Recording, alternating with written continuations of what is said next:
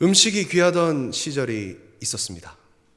그때는 밥 한 공기, 김치 한 조각이 너무나도 귀했던 시절이었죠. 그래서 그 밥과 김치를 아껴 먹었던 그런 시절이 있었습니다. 불과 몇십 년 전만 해도 그러했습니다. 특히 제가 어린 시절에는 바나나가 참 귀했습니다. 그래서 지금은 바나나를 언제든지 먹을 수 있었지만 바나나가 귀한 시절에는 이 하나를 다 먹는다는 것이 얼마나 귀한 일이고 굉장한 일이었는지 모릅니다. 지금은 먹을 것이 풍성해져서 예전처럼 잘 쓰지 않던 단어들도 생겨난 요즘입니다. 바로 음식물 쓰레기라는 것이죠. 지금도 북한 땅에서는 이 음식물 쓰레기라는 단어를 잘 들어보지 못할 것입니다. 음식이 어떻게 쓰레기가 될 수 있지? 라고 생각할 수 있는 것이죠. 그러나 먹을 것이 풍성해진 지금 해마다 나오는 음식물 쓰레기가 더 늘어나고 있다라고 합니다. 2011년 기준으로 음식물 소비량의 3분의 1이 버려지고 있다라고 하네요. 우리나라만 해도 해마다 버려지는 이 음식물 쓰레기로 20조 원이 넘는 경제적 손실이 있다라고 합니다. 식량난으로 힘들어하는 나라가 있는 반면에 이렇게 음식물 쓰레기 문제가 심각한 나라가 있다니 참으로 아이러니한 일이 아닐 수가 없습니다. 그래서 예전에 음식을 귀히 여기며 살아오던 분들은 굉장히 음식을 귀하게 대하시고 또한 감사하게 드십니다. 그러나 간혹 도가 지나칠 때가 있다라는 것이죠. 음식이 아무리 냉장고에 있다라고 하더라도 음식이 상할 수 있습니다.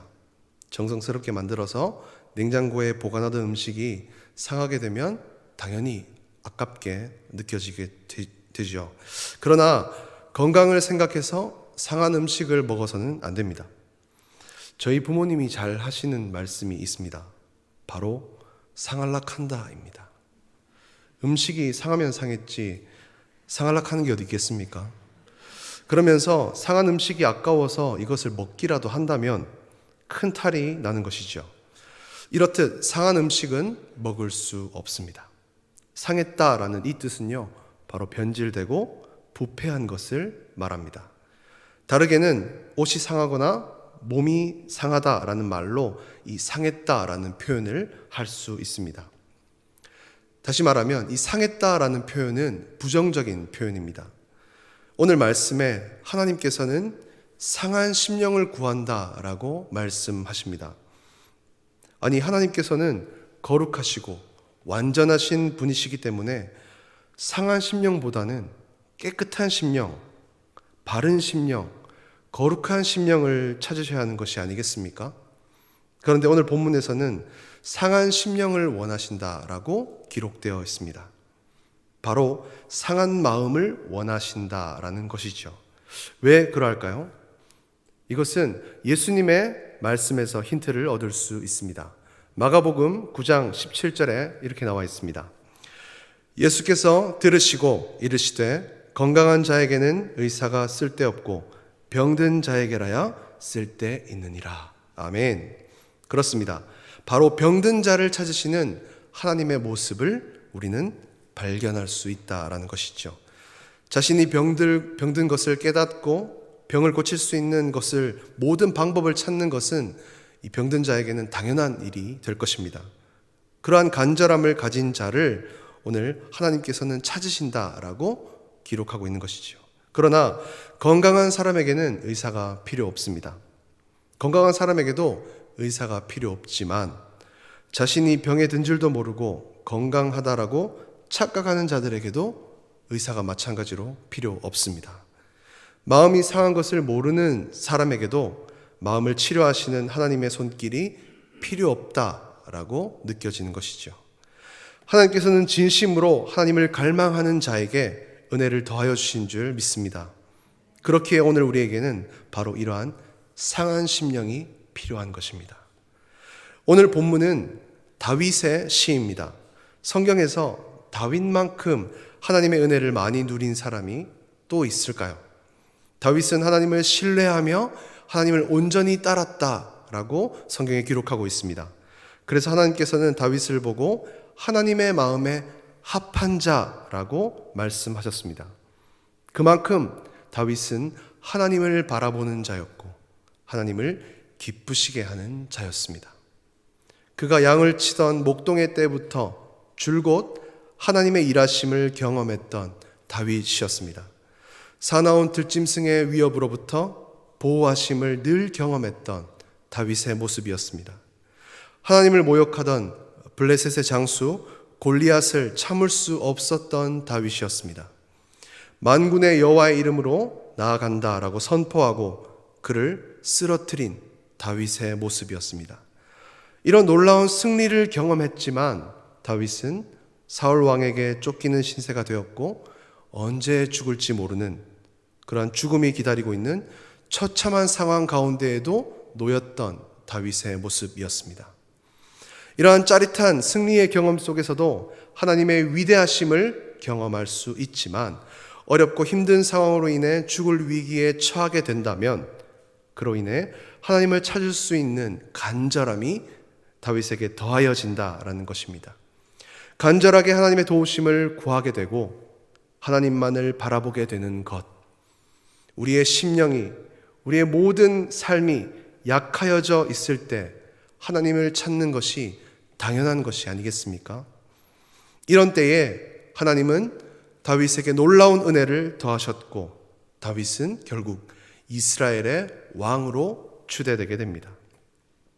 다윗은 밑바닥의 인생에서 최고의 인생을 경험하게 됩니다. 모든 것을 경험하였고 이제는 누구도 다윗을 해칠 수 없는 자리에 오르게 되는 것입니다. 사람은 누구나 다 어렵고 힘든 상황 가운데에서는 하나님을 찾고 하나님께 나아가는 것이 마땅하지만 이 사람이 최고의 권력과 부와 명예를 가진다고 한다면 점점 하나님을 찾는 것이 소홀해지기 마련입니다. 한국교회도 그렇습니다. 특히 교회에 부흥이 있었던 8, 90년대에는 사탕만 준다고 하면 교회로 모여들었고 교회에서 복음을 듣고 하나님을 만나게 되는 소중한 경험들을 가지게 되었습니다. 그러나 모든 것이 풍족해진 지금 사탕, 아니 그 어느 것으로도 전도할 수 없는 지금의 강팍한 모습을 우리는 보게 됩니다. 그때에는 성경학교가 시작되면 너도 나도 친구들을 데려오고 시끌벅적한 성경학교가 시작되었는데 이제는 아이들을 이 교회로 데려오는 것이 쉽지 않은 요즘입니다. 그것은 바로 풍족함이 이 간절함을 잃게 만들었기 때문입니다. 이렇게 풍족하게 살아가다 보니 하나님 없이도 살아갈 수 있을 것만 같습니다. 하나님을 자연스럽게 멀리하며 살아가게 되는 것이죠. 복음의 그 놀라운 은혜가 어느덧 싸구려 은혜가 되어버립니다. 값싼 은혜가 되어버린 것입니다. 이럴 때 사람들은 실수하게 됩니다. 다른 것을 바라보게 되고 다른 것을 추구하게 되는 것이죠. 하나님만을 찾아야 하는데 생명 대신 예수 그리스도만 고백해야 하는데 다른 것이 더 좋아 보이고 다른 데에 눈을 돌리게 되는 것입니다. 오늘 본문에 다윗에게도 큰 실수가 있었습니다. 하나님의 뜻을 쫓아 살아가기를 다짐하며 하나님을 찬양하며 살아가기를 좋아했던 이 다윗도 이제 왕이 되었고 나라가 풍족해지고 여유로워지자 다윗도 더 여유로워졌고 풍족해졌습니다. 다윗이 저녁 때에 침상에서 일어났다라고 기록하고 있는 것을 보면 다윗에게 아주 여유로워도 너무나도 여유로운 삶을 살아가게 되었다라는 것을 추측해 볼 수 있습니다. 그러한 다윗은 산책을 하다가 다른 곳에 눈을 빼앗기게 됩니다. 아리따운 여인에게 시선을 빼앗기게 되는 것이죠. 바로 우리아의 아내 밧세바를 취한 것입니다. 그것도 모자라 우리아를 전쟁터에 내보내서 의도적으로 죽이기까지 합니다. 다윗은 순식간에 불륜과 살인을 저지릅니다. 그러나 아무도 다윗에게 이 죄를 물을 수는 없었습니다. 왜냐하면 다윗은 왕이었기 때문입니다. 그런 상황 가운데에서 선지자 나단이 다윗에게 나옵니다. 그래서 이 다윗에게 한 이야기를 들려줍니다. 왕이시여, 한 성읍에 두 사람이 있었습니다. 한 사람은 부자였고 한 사람은 가난한 사람이었습니다. 부자는 소와 양이 너무나도 많았습니다. 가난한 자는 암양 새끼 한 마리를 자기 자식과 같이 아끼면서 키우고 있었습니다. 그런데 어느 날 부자에게 손님이 왔습니다. 그런데 부자는 자기의 양 한 마리 잡는 것이 아까워서 가난한 자의 자식같이 아끼는 양을 잡아다가 자기 손님을 위하여 대접했다라고 합니다. 라고 다윗에게 이 이야기를 해 주었습니다. 다윗은 이 이야기를 듣고 분노합니다. 아니, 부자인 사람이 무엇이 아쉬워서 가난한 자의 하나뿐인 양을 잡아 죽인단 말이오. 그 자는 당연히 죽을 자라 말합니다. 이것은 자신의 잘못을 보지 못하는 다윗에게 선지자 나단이 바로 그 부자가 당신이라고 이야기하는 것에서 시작됩니다. 하나님의 마음에 합한 자라고 칭해졌던 이 놀라운 칭찬을 들었던 다윗이 이제는 여호와의 말씀을 업신여기고 하나님 보시기에 악을 행하였다라고 하나님께 꾸짖음을 당합니다. 다윗은 그제서야 자신의 잘못을 깨달을 수 있었습니다. 선지자 나단의 비유를 통해서 나의 죄가 얼마나 파렴치하고 더러운 것인지를 깨달을 수 있게 된 것이죠. 그러나 흔히 죄를 들키게 되면 사람들은 피하게 되고 어떻게든지 이 죄를 숨기기 위해서 노력합니다. 이것이 바로 일반적인 사람의 모습이 아니겠습니까? 그러나 다윗은 그렇지 않았습니다. 아니, 다윗 같은 왕의 자리에 있으면 이러한 숨기고 피하는 것이 더욱더 쉬웠을 것입니다. 다윗은 왕이기에 자기에게 싫은 소리를 하는 이 선지자 나단을 쥐도 새도 모르게 죽여버리면 그만이었습니다. 그러면 더 이상 아무도 이 일에 관하여 다윗에게 말하는 자가 없었을 것입니다. 그러나 다윗의 태도는 달랐습니다. 하나님께 나아가 철저하게 회개의 기도를 드립니다. 오늘 본문인 시편 51편의 시를 바로 다윗의 회개시라고 설명합니다. 최고의 권력을 가지게 되면 누구도 두려워하지 않게 됩니다. 자신의 안위만을 생각하면 그만이었습니다.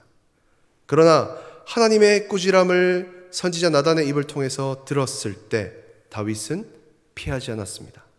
숨기지 않았습니다. 철저하게 하나님께 자신의 죄를 아뢰고 철저하게 회개하는 모습을 보여줍니다. 철저하게 회개한다는 것. 이 회개라는 것은 잠시 잠깐 자신의 잘못을 깨닫고 인정하는 것에서 끝나는 것이 아니라 나의 모든 삶의 방향을 뒤바꾸는 행위입니다. 그렇기에 회개는 철저해야 하고 완전해야 합니다. 다윗은 여호와 하나님 앞에서 철저하게 자신의 잘못을 뉘우치고 회개합니다. 사실 다윗처럼 하나님을 사랑하며 뜻을 쫓아간 사람이 있겠습니까? 그러나 오늘 말씀에 알 수 있는 것은 바로 선줄로 생각하는 자는 넘어질까 조심해야 한다라는 것입니다. 지혜로운 자는 호된 책망을 기꺼이 듣습니다. 오히려 그 책망을 귀하게 여기는 것을 볼 수 있습니다. 다윗은 자신을 향한 책망을 겸허하게 받아들이고 하나님께 나아가서 자비와 은혜를 구합니다. 사람들에게 보이기 위해서 다윗은 거창한 제사를 드리지 않습니다. 남의 눈을 의식해서 다윗이 그러한 행동을 했다라고 한다면 다윗은 왕이기에 성대한 제사, 번제를 드렸을 수 있습니다. 그러나 다윗은 알았습니다. 하나님께서 마음이 없는 제사를, 진실한 마음이 없는 제사를 받으시지 않는다는 것을 다윗은 알았습니다. 또한 참된 회개를 잘 받으시는 것 또한 다윗은 알고 있었습니다. 그래서 다윗은 다른 것을 구하지 않고 오직 하나님의 긍휼을 구했습니다. 그래서 고백합니다. 오늘 말씀 17절에 이렇게 말씀합니다. 하나님께서 구하시는 제사는 상한 심령이라. 하나님이여 상하고 통회하는 마음을 주께서 멸시하지 아니하시리이다 라고 말씀합니다. 이 상한 심령이라고 고백하는 이것을 표준 세번역에는 하나님이 원하시는 제물은 찢겨진 심령이라고 말하고 있습니다. 말씀합니다. 상한 심령은 바로 마음을 찢는 것이라는 겁니다. 죄가 얼마나 더럽고 추악하고 무섭고 두려운 것인지를 깨닫는 것입니다. 이렇게 하여서 마음을 찢어서라도 하나님의 마음을 담아낼 수만 있다면, 상한 심령으로 하나님께 나아가서 하나님의 말씀에 온전하게 순종하게 될 수만 있다면 다윗은 언제든지 상한 심령을 구할 수 있었고 찢겨진 마음으로 하나님께 나아갈 수 있었다라는 것입니다. 죄에 대하여 소홀히 여기거나 가벼이 여긴다면 그것은 죄에 대해서 제대로 알지 못하는 것입니다. 예수님께서 왜 잔인하게, 처참하게, 끔찍하게 십자가의 형벌을 감당하셔야 했습니까? 그것은 바로 우리의 죄 때문입니다. 죄에 대하여 제대로 알지 못하는 사람들이 이야기합니다. 예수님께서 꼭 저렇게 채찍질 당하고 처참하게 죽으셔야 했나? 안 그러셔도 되는데. 그렇게 잔인하게, 그렇게 힘들게, 어렵게 안 당하셔도 되는데. 영화 패션 오브 크라이스트를 보며 예수님의 모습이 끔찍하다, 너무 사실적이다 사람들은 이야기합니다. 그러나 실제로 예수님께서 감당하신 그 끔찍한 형벌은 훨씬 더 두렵고 무섭고 잔인한 것이었습니다. 오죽하면 예수님께서는 이 잔을 내게서 옮겨달라라고 기도하셨겠습니까? 또 누구는 예수님이 십자가를 지신 것이 너무 불쌍하다고까지 이야기합니다. 누가 누구에게 불쌍하다고 이야기하는 것입니까? 예수님께서 그렇게 처참하고 끔찍한 형벌을 받으신 것은 하나님께서 우리에게 퍼부어져야 할 그 저주를 예수님께서 대신 받으셨기 때문입니다. 우리가 받아야 할 그 끔찍한 형벌을 대신 받으셨기에 우리가 지금 이 자리에 있을 수 있는 것입니다.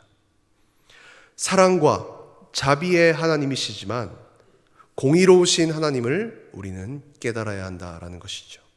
그 공의로우심 때문에 하나님께서는 결코 죄를 두고 보실 수 없는 분이십니다. 반드시 이 죄를 값을 지불해야 하는 것을 우리는 알게 됩니다. 그 죄의 값을 예수님의 피값으로 주고 사신 줄 믿습니다.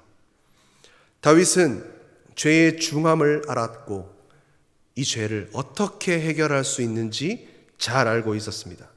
이 죄는 오직 하나님만이 해결하실 수 있는 것이었습니다. 하나님의 인자와 긍휼을 구하는 것 밖에는 다른 도리가 없다라는 것을 다윗은 잘 알고 있었습니다. 범죄한 다윗이 하나님의 보호하심과 약속에서 끊어지는 것을 가장 두려워했습니다. 그래서 선지자 나단에게 책망을 들었을 때, 선지자 나단의 입을 통해 하나님의 말씀을 들었을 때 다윗은 즉각적으로 회개하며 나아갑니다.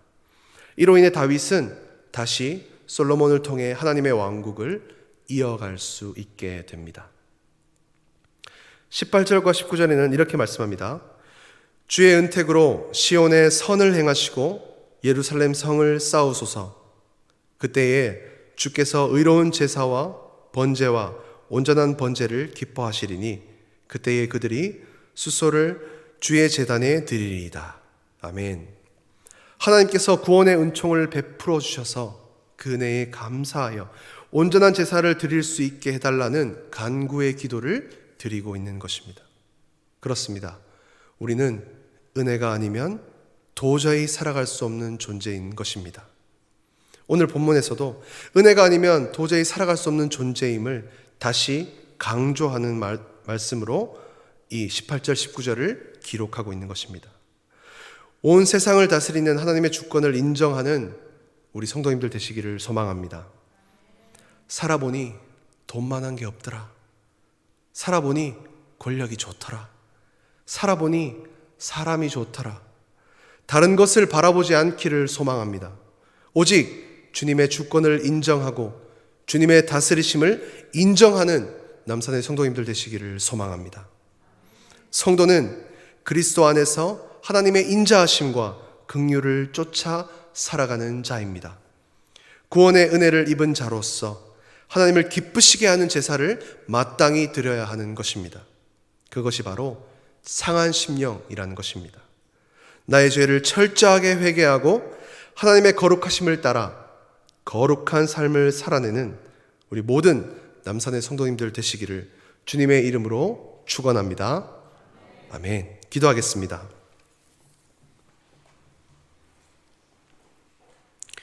사랑과 공의의 하나님, 은혜를 감사합니다. 거룩하신 하나님의 성품을 따르지 못하고 늘 더럽고 추악한 죄악 가운데 있었음을 회개합니다. 나를 불쌍히 여기셔서 하나님의 사랑으로 품어 주옵소서. 다윗이 철저하게 하나님께 회개하며 나간 모습을 봅니다. 상한 심령을 구하시는 하나님의 뜻을 깨달아 이 시간 상한 심령을 드리는 우리가 되게 하옵소서. 그리하여 하나님의 긍휼을 구하는 우리가 되게 하옵소서. 감사드리며 살아계신 예수 그리스도의 이름으로 기도드립니다. 아멘.